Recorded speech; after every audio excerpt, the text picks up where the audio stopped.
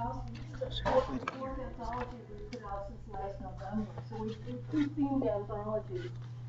And so I started to contact people. Some people started to contact me. I posted on BUKOWSKI.net and got quite a few people there. And so many people were helpful and instrumental in bringing others. Joan Jobe Smith is one of the contributing editors. She's going to read today. Her poetry is in the, and her other work is in the collection. Essay Griffin, wherever he was another contributing editor, brought people in. He's going to read today his work, and Scott Weinberg's work is in the book. And just about anybody and everybody who's Bukowski related is in here. Here the names are on the back. You can check it out. 79 people all together from around the world. Artists, poets, writers. I was sending out books yesterday, and I was just amazed. I'm sending out books to France, to Italy, to Spain, to Germany, to Austria, to Scotland, to the United Kingdom, Canada, all states practically. People love Charles Bukowski, and I can't think of any other writer who could have inspired an anthology like this. I can't think of anyone. So what I thought I would do, because people ask me, well, why did you do it? I do live in the neighborhood, and so did Bukowski, but that's not really the only reason. And I'm sort of a transplant from Chicago, so I can't really say I'm an Angelino either. But I do love Bukowski, and I wanted to find a way to let everybody else who misses Bukowski share their thoughts and feelings. I wanted to read real briefly my introduction to the book. It's only a couple of paragraphs, I promise, and then we'll get started, to kind of give you some insight into why we did this in the first place. I'm going to change my glasses so I can actually see. And it comes down to this. We miss Charles Bukowski. We felt better knowing he was around somewhere. East Hollywood, San Pedro, or places unknown. Almost 20 years after Bukowski's passing, people continue to feel his presence, not just in his words, but in his spirit. If I tried to narrow down the essence of Bukowski's influence to one word, I'd say hope. He gives people the feeling that whatever is going on, it's okay. They'll get through it, learn from it, and if they're lucky, turn it into a story. The point of this collection is to put our collective thoughts, feelings, and impressions together, share our stories, our poems, our portraits, and join in our joint missing of Bukowski. Now, whenever we feel the pang of Bukowski's absence, we can pick up this book and connect with others who feel the same way.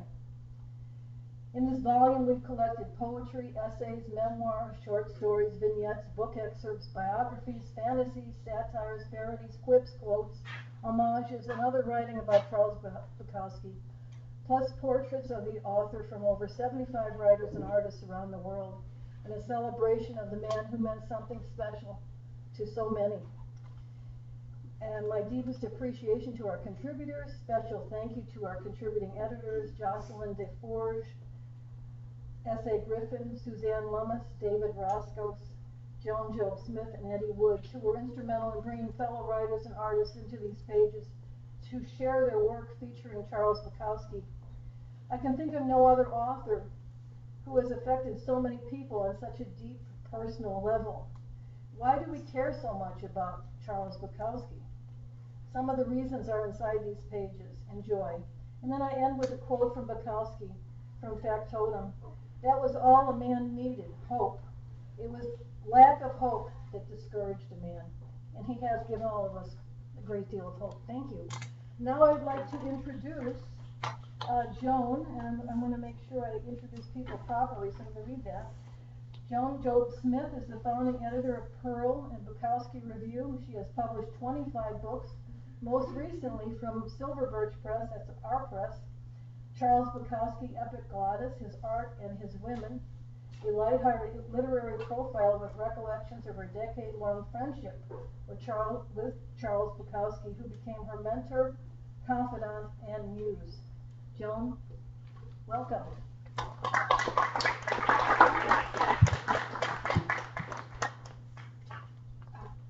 Well, thank you, Melanie, for your energy and your inspiration to put out this wonderful anthology, end-all, be-all anthology, and it's going to be a classic for a long, long, long time. And I'm really grateful to be a part of it and to be able to, and to introduce you to some of the Bukowski lovers that I've known for about 20, 30 years. And I fell in love with his work many years ago when I was a student at Cal State Long Beach in the 70s. And I got to be friends with him for about 10 years. And it was really, really quite an experience. Are all of you Bukowski lovers? We have any Bukowski debunkers?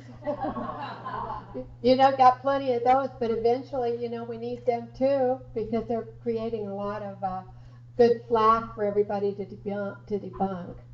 So I'm going to read first my poem, which is a grief poem that I wrote the day Bukowski died, and then I'm going to be reading from other writers, really good writers in here, and Melanie has really garnered herself a path full of good writers. And my poem's on page 236, if any of you have the book, and it's called Aches Over Easy. Bukowski died March 9th, 1994. And I haven't ever read this aloud, so I'm sure I'm going to be a little affected by it. But if I cry, they're real tears. I'm not trying to win any Emmy awards today. Eggs over easy. I was frying eggs over easy when I heard Bukowski had died, and suddenly the yolks came alive, grew to the size of heavyweight golden gloves, smashing my spatula and jaw, while the kitchen swelled and shut around me like a big blackened eye. Bukowski's obit was in the Thursday newspaper, my favorite section of the week for the food section, the recipes. This week's sickening ones are what to do with peanuts. The supermarket ads this week, St. Pat's Day specials, corned beef for 89 cents a pound, cabbage for $9, rye $1.69. He'll never eat again, if he ever did.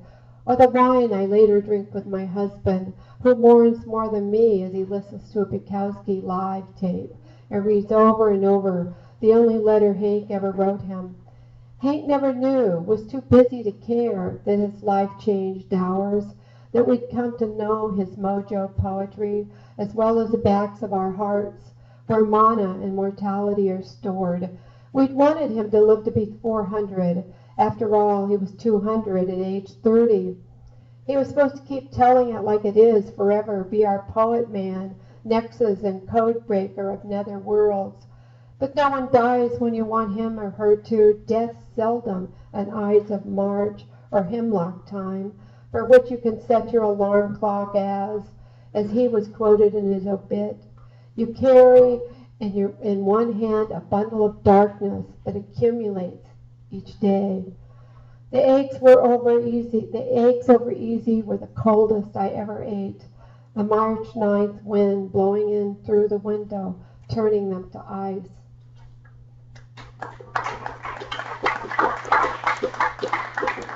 Oh, and it still hurts. I miss them. What we miss is the new stuff. The old stuff is good, and we can read it again and again, and all the younger generations can relive and learn him all over again. And when I knew him a long time ago in 76, when I was my closest with him, talking long distance on the phone to him, I told him, Bukowski, someday you're going to be the greatest poet in the world. He said, I already am. Had a lot of confidence. I really like to imitate him. Was that a corny one? Well, I'm only a woman, so I do my best. He used to call me Joan Smith. Okay, that's pretty close. Well, anyway, I want to hype this picture. This is my favorite Bukowski picture, and it was shot by my favorite Bukowski photographer, Joan, spelled G-A-N-N-I-J, and it's pronounced Ganny. And her postcards are for sale back there, and I really like him. I like the smiling Bukowski, and he smiled a lot, and that's how I remember him. So I'm going to read from this marvelous anthology, and the first poem I'm reading is on page 78, and it's by Harry Calhoun. And these are some of the best poems I've ever read about Bukowski. Bukowski grooves, and that's so true. Reading on the couch, Bukowski grooves, slips into the upholstery. You know, the groove, how he's got the nuance down pat like the cockroach, sliding into gaps between paper plates beneath the blankets and sheet, and nothing in the light and the night except slips in to a Bukowski poem. And there is nothing, a certain nothing in the air. The French would call it je ne sais quoi, with their damned faggot language. I'm sorry. That just grabbed me. And I thought, well, maybe okay. I call it a ghost. And my man, you haunt me, elusive, attainable, unattainable, perfect, and hurting like the best blues man. Renee Dietrich, 185. I forgot. I'm to censor her Renee's profanity. What should I? It's just on the alien. Noelle. No, don't censor. Okay, Renee Dietrich. Now she's one feisty girl. I know her. Okay, you know Renee. All right, Yeah, she's you know. feisty. Okay, she's a former stripper, so this is her language. It's not mine. Okay. Bukowski was an asshole. Bukowski was an asshole. That's one of the reasons I love him. If I'd known him, I would have hated him too. Sure, he played it up sometimes. He was a barfly. I love the film clips. BMW, he's driving the beat up old bug. The windshield is smashed in. The dashboard is taped together. A door hangs by a hinge. But Bukowski coaxes the engine to purr, and they drive along Hollywood near Vine. Hank and the guy with the giant camera. That dirty old man was his close-up. He's wearing a grin, smoking and drunk, and he starts getting philosophical. What I love is how he didn't rehearse. It came, it rolled. Baby, it was beautiful. Sometimes I don't agree with a word he says. Others I recognize. Well, it's all bullshit. In later clips, there's a color now. 1984 looks primordial, yet dull. Orwell got the date wrong. Big Brother arrived late. Bukowski is gone. I went to join him, a bottle of blackberry alone. I watched the last footage caught. Bukowski is still pretty shit-faced. His legs are still strong. He looks like 108 years old. But he's majestic. He roars, bares his teeth, kicks his wife, tiny as she is. I know she provoked him. Maybe he deserved it too. Maybe because he's being an asshole. It's an ugly moment, a marriage. It's what you remember after it ends. Bukowski was an asshole. Yes, I turned to his words. They're still alive, and I guess it's been a very long time. I've gone to him for courage, which I need to face more of this. Endurance, he says, and I struggle on. A blonde I know says Bukowski gave her permission to write life, which is raw and ugly for girls, even worse for women. But we write it out in a beater, a bike, a BMW. What else can one do? We don't hope for the best. We will only be disappointed. After all, in our way, and if nothing else, we are the daughters of Bukowski. He taught us about life. He told us stories before bed. He said, tell yours true. You are you. Sorry, kid, that's how it tumbles. They say he sold out because he didn't die alone in a cheap room, face down in a puddle of vomit. As usual, they're wrong. He rose, and that counts. When you are poor and scarred, when you are nobody or less, I know. Sure, Bukowski was an asshole, but if he were here, I'd stroke what was left of his hair, and I'd kiss that big head, because he pulled angels to earth so he could write poems for girls he'll never know he had. This is by Fred Bukowski. I love you. And he likes that Renee wrote that. He just told me that. I'm lying, you know that. No, you're not. Heather, just, hamming it up here. On page 20, Heather Minette, or Minette? Minette, in French, it would be Minette. Dirty books. I learned the hard way that a 17-year-old girl should never mention to her father the name of her favorite author, just in case her father has read Bukowski too. On page 200, Linda King.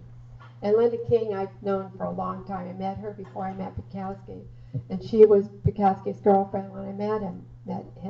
He and she. Met her and him. Anyway, Linda King is living in San Francisco now. And she would have loved to have been here. Who loved? I loved your meanness. I loved your sarcasm. I loved your wit. I loved your punishment. I loved your sharp comments. I loved the weight of you. I loved your hands. I loved your slow, deep voice. I loved you sleeping beside me. I loved your confidence. I loved how you loved yourself. I loved your poetry. I loved writing with you, acting with you, painting with you. I loved the horses. I loved your kisses, your kisses, your kisses I loved. I loved. I loved. I was the one who loved.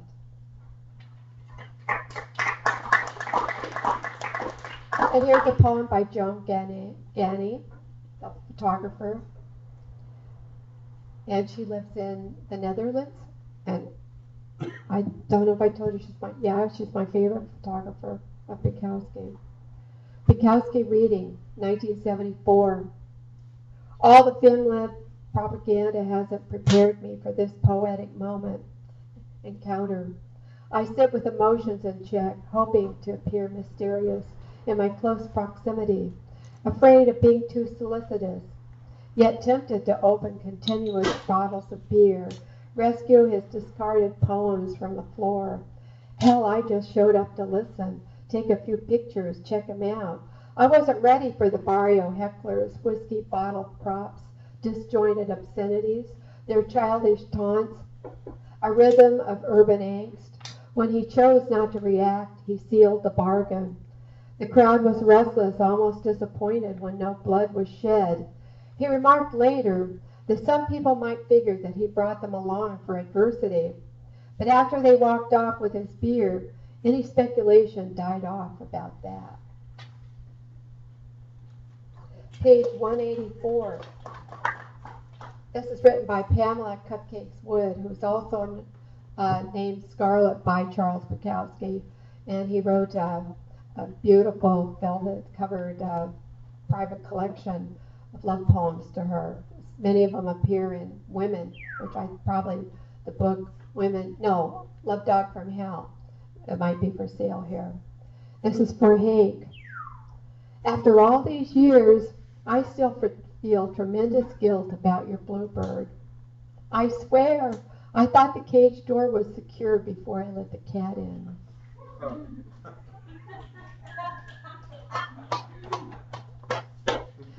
Suzuki Limbu on 166. Intoxication.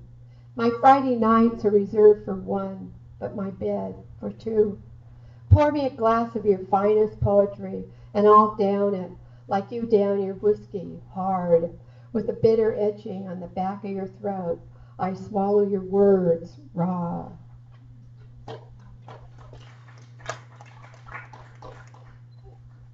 And Paul Farrakano. The Three Stooges meet Charles Bukowski in heaven. Paul writes some pretty funny stuff about Three Stooges. He's got a series of Three Stooges poems.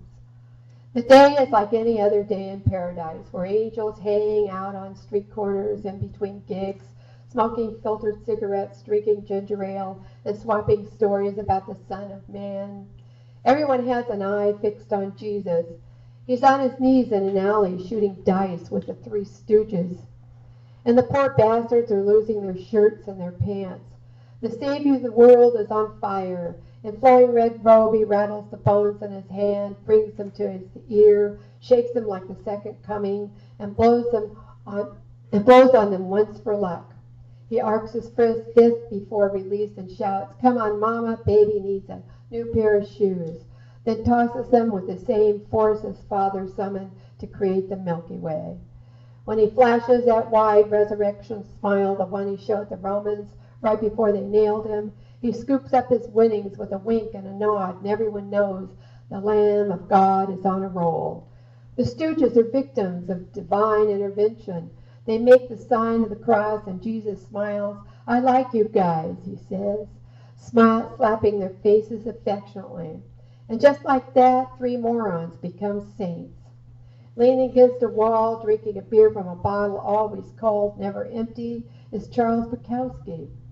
He shifts his weight like a man itching to start something, eyeing the action as if he's writing his last poem. Jesus stands now and introduces them. The Stooges pull back, unsure of what to expect from a guy who once threw up on Norman Mailer. He did.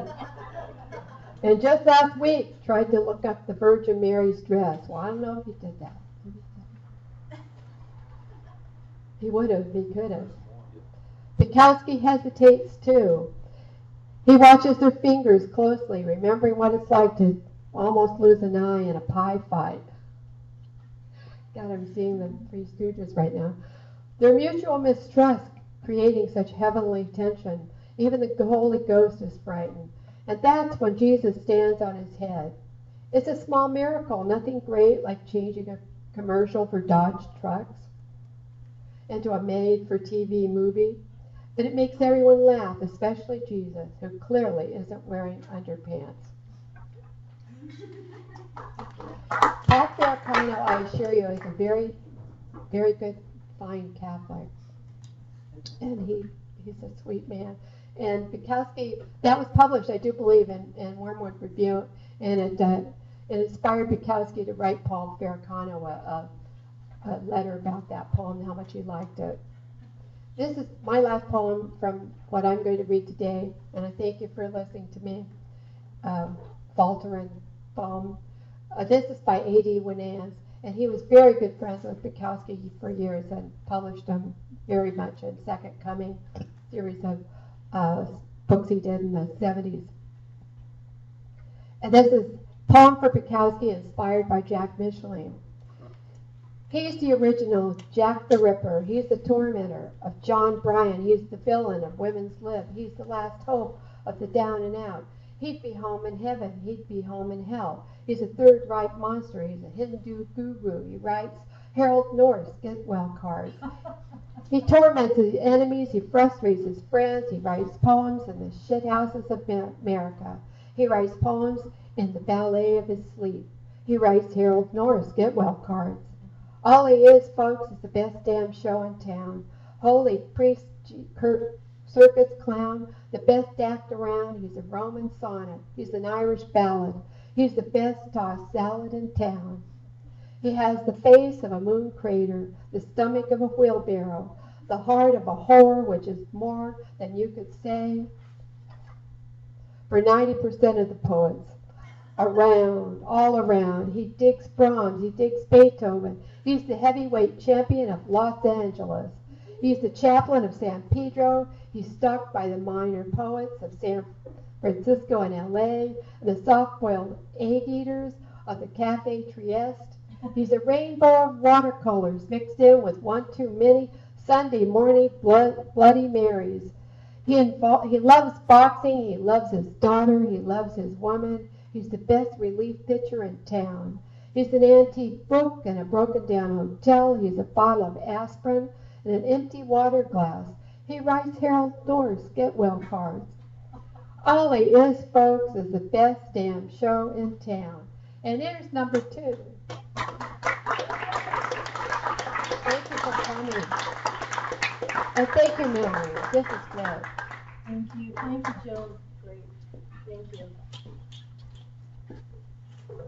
Now I'd like to I'm honored to introduce another featured reader, Fred Voss. Fred Voss has been a machinist working in steel mills and factories for 35 years. He has published 3 books of poetry of the working life with the UK's Blood Axe books, the latest of which, Hammers and Hearts of the Gods, was named a Book of the Year 2009 by the UK's leading socialist newspaper, the Morning Star. Please welcome Fred Voss. Thank you.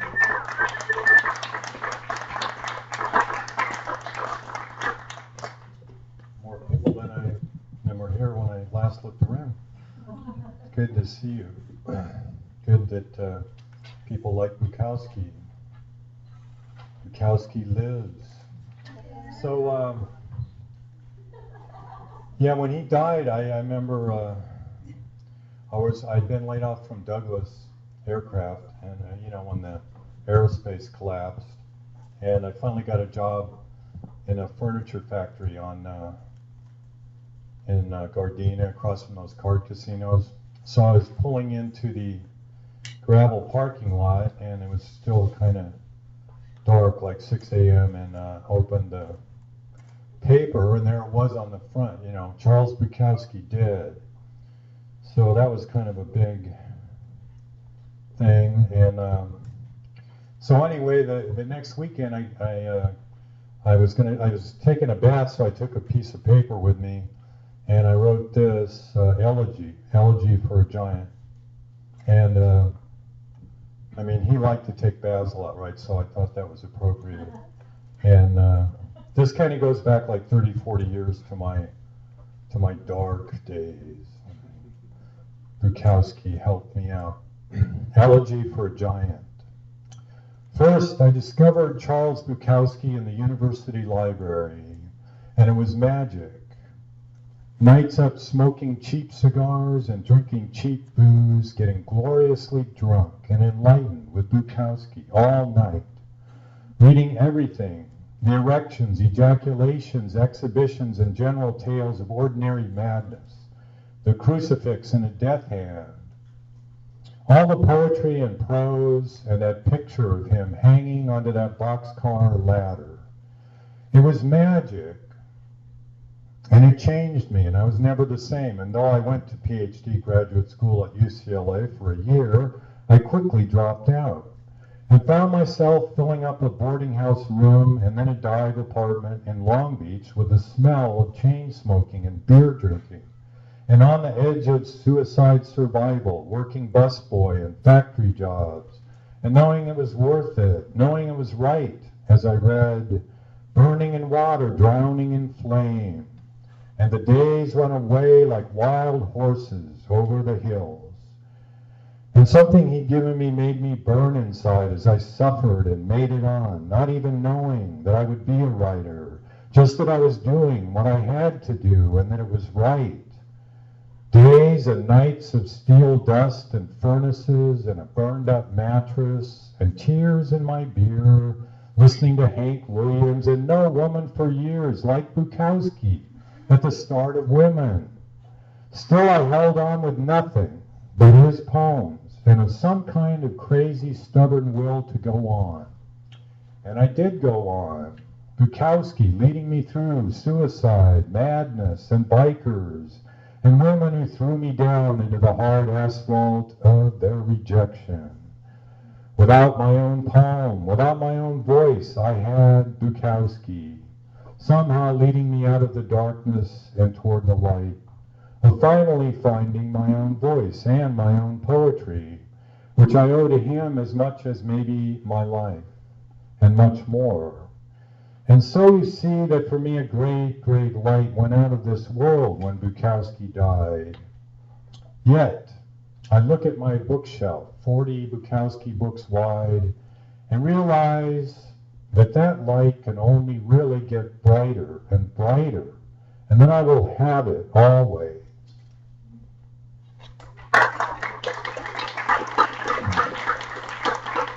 Thank you.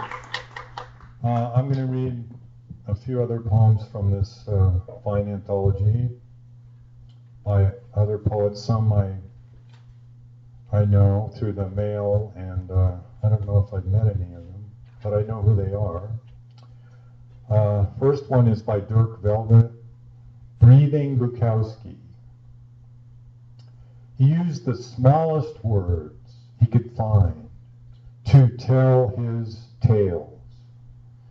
He knew that the large ones could get stuck going in and never come out. He knew what we all needed to live, to breathe in and out.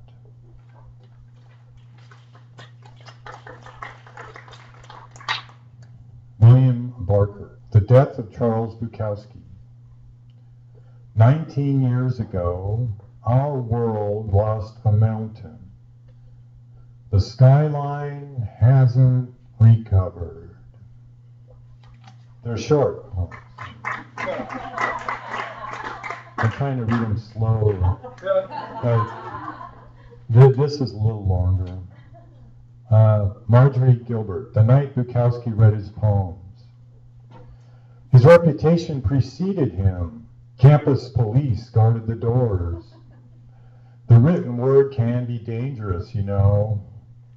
Bukowski was going to read his poems.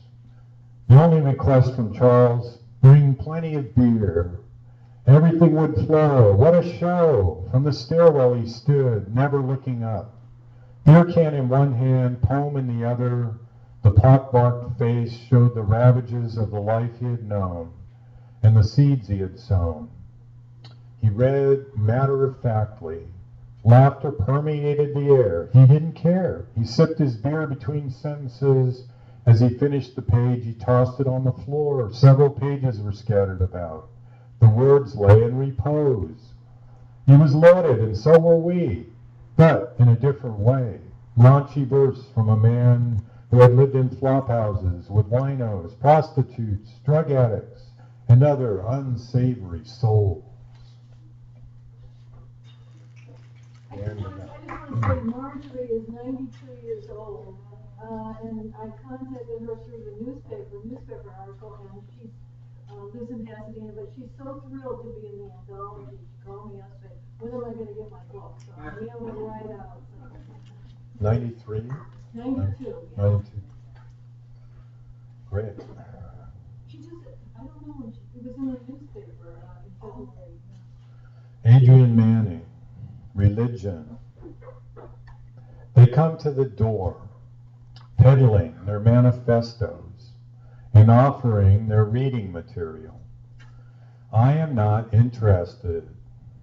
I tell them, I worship at the Church of Bukowski, and I have plenty to read. They look confused. They don't understand. But you do, don't you?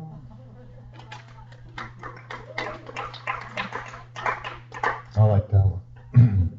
Or all of them. Catfish McDarris. Out of the Mouth of Babes. When my kid was 8, she got published with Bukowski. She used to tell people she was related to me by marriage. I was married to her mom. I worked at the post office in Milwaukee, near the gay district. The in place seemed to be a bar called the Ball Game, with a big ball winking sign. When we drive by, my kid would start clearing her throat and say, Dad, I'm really thirsty. Can you go inside and get me something cold to drink? And finally, no, this isn't the last one. Next to last one. Michael O'Brien, verse 56, Old Man in the Rain.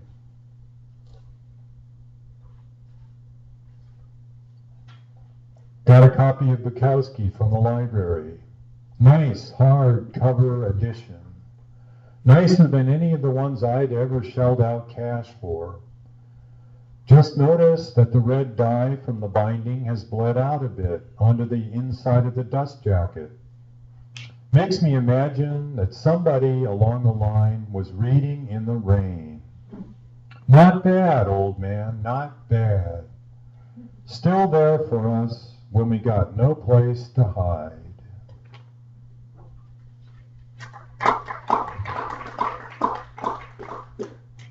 And this is the last one, by Mark Terrell, The Art of Victory. A hot, smoggy day in L.A., Bukowski wheels out of the lot at the Hollywood Park racetrack, past rows of cars shimmering in the brassy California sun. Bukowski is 90 bucks ahead today. He roars out onto the freeway, slips over into the fast lane, turns up the Mahler Symphony, lights a big black cigar. For the time being, he is beyond poetry, beyond women, beyond the post office, back rent, in that long war of attrition we all know as existence. He grins sublimely, focused on the hard, glittering diamond of fortune, like a Zen monk tuning in to the true meaning of life, which is essentially the same thing. Thank you.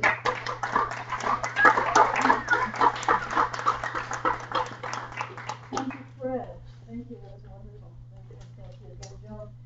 Now I'd like to introduce S.A. Griffin, a longtime neighborhood resident who loves Los Angeles and is very proud and honored to be included in the book with so many world-class heavies. S.A.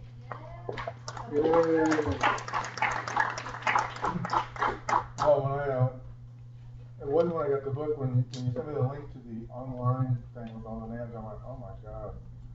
No, it's for you who have never edited and published a book before, it's like, the analogy is cliche, but it is like herding cats. You're dealing with all the personalities, you're dealing with all the writing, you're dealing with all the people who hate you because you don't publish them. You're dealing with people that you do publish that hate you, all that kind of stuff. And to round up this, I mean, this is really, if you really do appreciate Charles Bukowski, you're gonna really be pleased because she's got them all in here. It's pretty cool. I'm honored and great respect. That's a whole lot of work.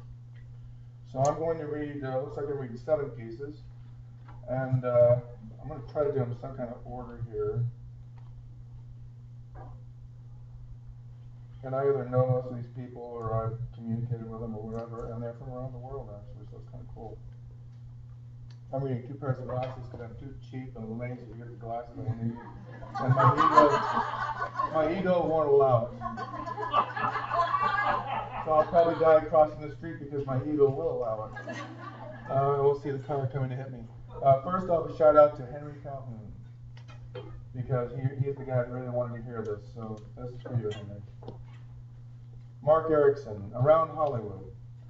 On my last day of class, I had some time to kill, so instead of heading home, thought I'd check out Hollywood Boulevard, go by Music Man Murray's, and look at some records, or maybe head up to the tower and watch the city roll along down below.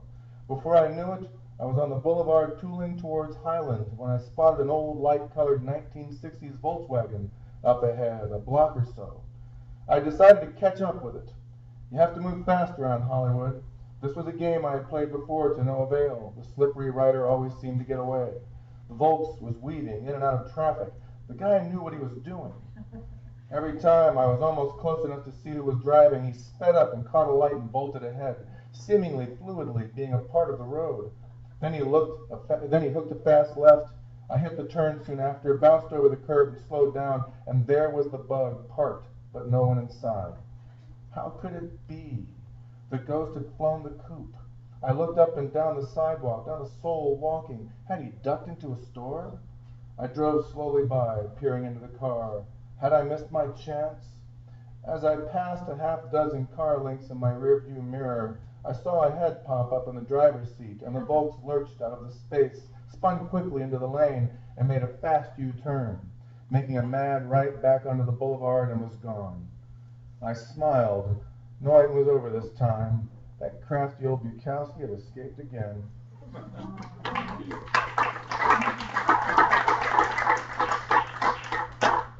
And I forgot, if you're in your hymnals following along. And that last poem was written by the artist who did the cover illustration. He also did that. Painted that painting. Okay, painted that painting, which is not a painting anymore, but a cover of a book, but the painting is real. Okay, and beautiful too, it's nice. Page 140, Henry Denander, and Henry is from overseas, and he actually has become the artist for the kind of alternative underground scene for many, many people. Does a very nice job, really good stuff. He's a great writer too.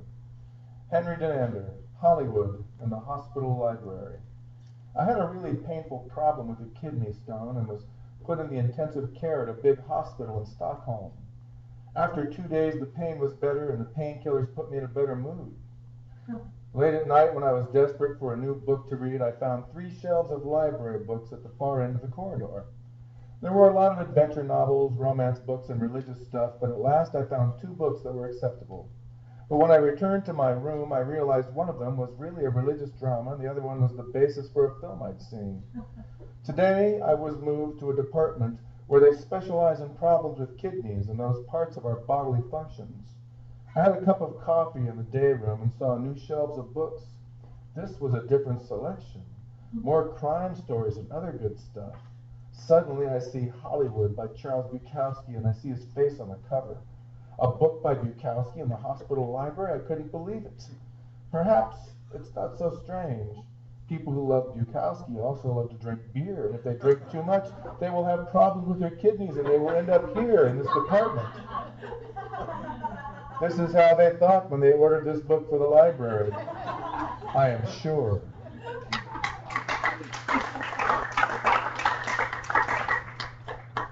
Page 238. And this one's by myself. And when I wrote this, the Huntington Library is going through a big change right now. They're tearing the building down and reorganizing. And in the old reading room, the permanent exhibit hall, which will be coming back, when I wrote this is what it was like. I don't know what they're going to do, but I'm sure Bukowski will be in the permanent exhibit once again. But you'll hear the reference, and it was that way for a very long time. But we'll see what happens when they bring it back. So this is by myself. Blowtorch on a pig. I made a pact with myself to never write anything Bukowski again. Then comes this via the Pony Express of my computer. Would you like to send unpublished poetry or an essay on Charles Bukowski? I never met the man. Never got loaded with him, talked shit about women, writing, or the track. Never laughed it up at one of his infamous Hollywood shindigs. Never pressed that flesh. More than once over the years, I'd walk into Baroque books and Red would say, "Kid, tomorrow at Musso's, noon, be there." Okay, Red, see you then. I had nothing to offer but nerves, which of course always got the better of me. Did see him once in 1987 when Barbet Schroeder's Bukowski tapes debuted at Easy TV in West Hollywood. Bukowski stood before us, cased the room. I don't smoke weed, man. People who smoke pot are just fucking idiots. They do nothing. They read Zap comics and watch too much TV. It slows you down, man. Takes the edge off. It's a dull way to go. With steady grace, he raises the green bottle in his fist and pulls on it.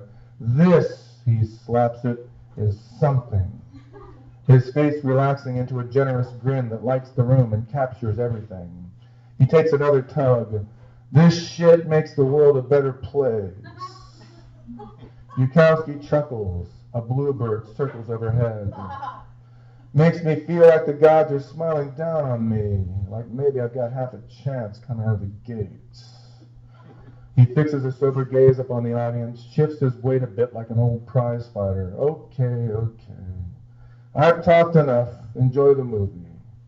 And he and his beer are gone. 22 years later, and a few miles west of Santa Anita, just past the long green money and kept lawns of San Marino, Charles Bukowski smiles across the main exhibition hall of the Huntington Library at William Shakespeare under glass. Hank, dead center of the century, shoulder to shoulder with other quiet giants of arts and letters. Blistering wisteria drip like warm wax in the Southern California sun. Jacarandas announce the lavender spring as pools of splashing laughter erupt from the suburbs, as the advancing city sings a strange fire that never dies. As I promise you, this will never happen again.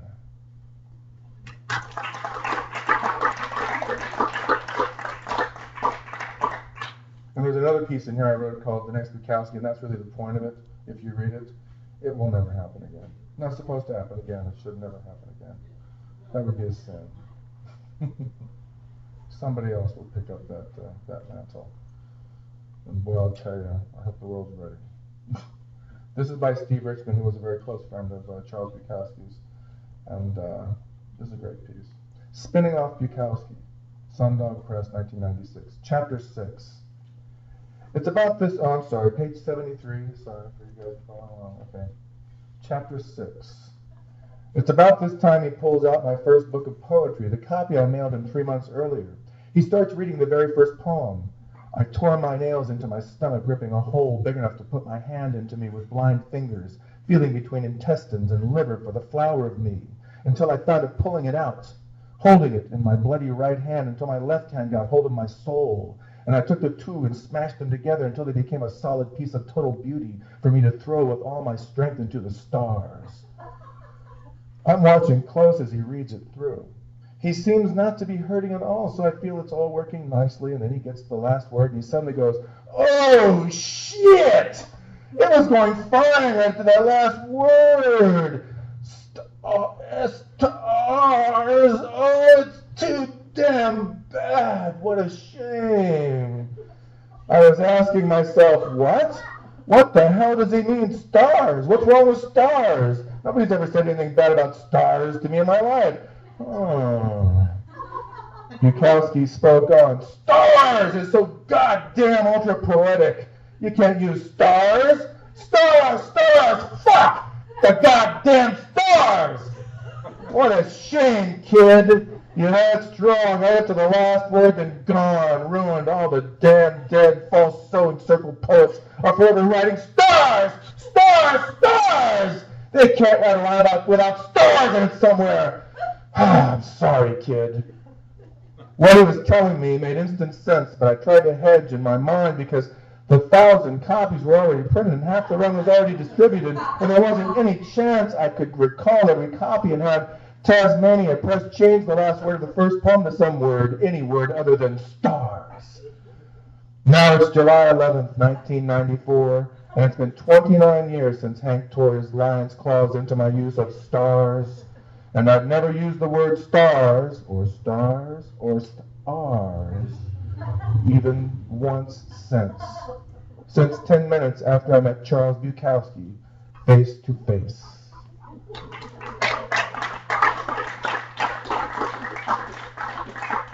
Page 250.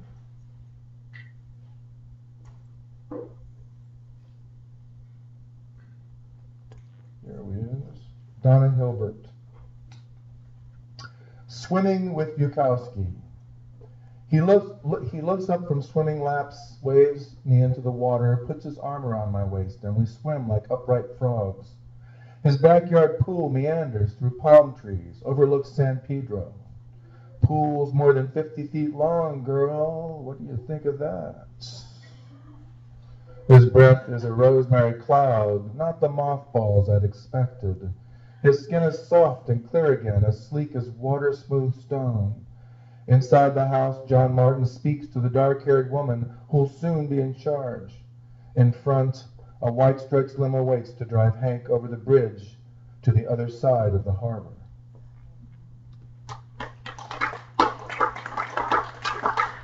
Thank you. Please hold your applause along with everything else. Hold the line, hold the phone, hold up the bank, hold. This is by Ross Ranfola, a lawyer back east who actually sold off. He had a world-class collection of Charles Bukowski, sold it off a couple of years ago. So he's the real deal. Ross Ranfola, if you're listening, Ross, hello. Hello to all you people out there in Bukowski listening land. We love you. You're beautiful. Don't ever change. Cleaned out. I live in respectable chaos in my house. The respectable chaos has grown to be my best friend after my collection of Charles Bukowski.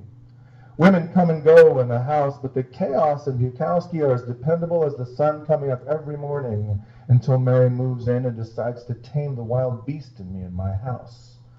Mary's first project is scrubbing, disinfecting, and lobotomizing the bathroom until I am reluctant to puncture the pristine look of the newly created bathroom museum by using a toilet. The kitchen is soon fit for everything but eating, since Mary constantly complains that I am prone to leave peanut butter prints and a beer bottle or six in the kitchen. I now retreat to my office to eat and drink alone. I draw the line when Mary preaches, my Bukowski room is a waste of space and my Bukowski books are a waste of money better spent on a new roof. I reluctantly agree on a new roof and picking up after myself to keep what's left of the uncomfortable peace between us. When it rains, the new roof leaks, causing the ceilings to collapse. The first room I run into is not the bedroom to check on Mary's safety, but the Bukowski room to check on my true love, my Bukowski collection. Mary, being a clean house lover and not a lover of Bukowski, is inflamed when I clumsily say, the Bukowski collection is the most important thing in my life. Mary starts screaming, what about me? What about me? All you do is read Bukowski, collect Bukowski, and write vulgar poetry. Like Bukowski, I've had it. It's either me or Bukowski. Make your choice. I do not hesitate a millisecond. Bukowski is better company and is not demanding like Mary. And Bukowski never lectures me about the secret of loading the dishwasher properly. I choose life. I choose Bukowski.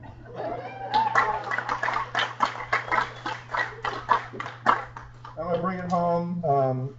And like Joan was saying earlier, I tend to be a very emotional person. And this is by my best pal, Scott Wallenberg, who passed away a few years ago. And I thought I'd read this last because of exactly what it is. Bukowski Birthday Rap, 2003, August 16th. Come on down the stairs now. Come barefoot and let us hear you sing for days, for hours, for months, for seconds. The heavy hitters have been standing bareheaded in the weather, making bets that you won't make it all the way down the stairs. Fools. I know you built those stairs with your heart and your brain and your blood. Before you built the stairs, those heavy hitters claimed you can't manage. There was nothing but a big, large hole in the system. Come on down all the stairs now, the ones that may actually not be there as well as the ones you damn well know for sure are beneath your feet. The heavy hitters are getting tired from trying to prove they can hold so much weight. Sometimes, frankly, it's okay to be wispy and float through the clouds of ongoing. The heavy hitters become vulnerable, lose their place in the big line of importance. Someone call out for a clarifying. Someone call out for edible food.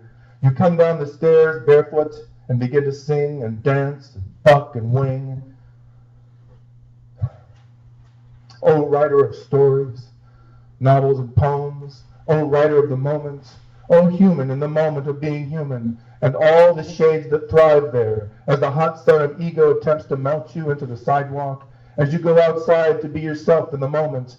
The heavy hitters have melted into spring water, but here it is, summer still, August 16th, and you still sing to me and help me to find my way through the maze.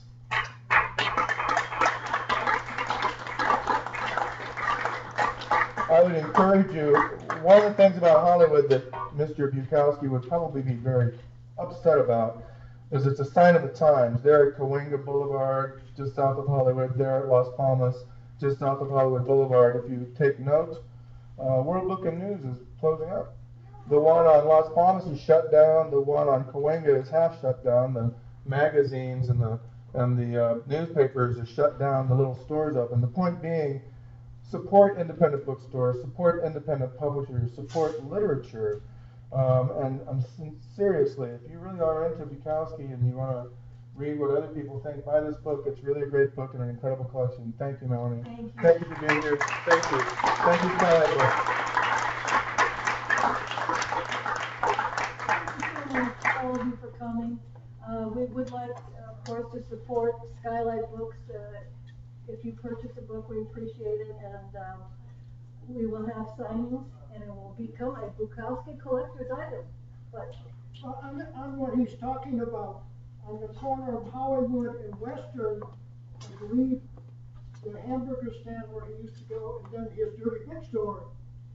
I think they're gone. All the dirty bookstores are gone, man. Yeah, and then what occurs to me, and it seems to be met with a difference, the Phillips Hotel on the corner of Beverly and Vermont, which is the Barclay Hotel where Jane Cooney was, the room's still there. Richard's doing a lot with this historic preservation, and he's the expert. You should talk to. Somebody should, because it seems to be total difference. We just lost two in the last. I know, it's a shame. They say LA erases itself constantly. Is it owned by the Scientology? We're gonna set up a thank you. What time is it? Thank you all very much for coming. Please give all the really big hand. Great. I believe we have some of the some other contributors here that did not read. Is that right? And so what I'll do is I'll move all this stuff out of the way. I'll bring out a table and some signing pens so you can sign away. We'd love it if you bought the books first before you got them signed. So thank you very much for coming. And then we have some special postcards. So with every book you get a special postcard. Thank you. Oh,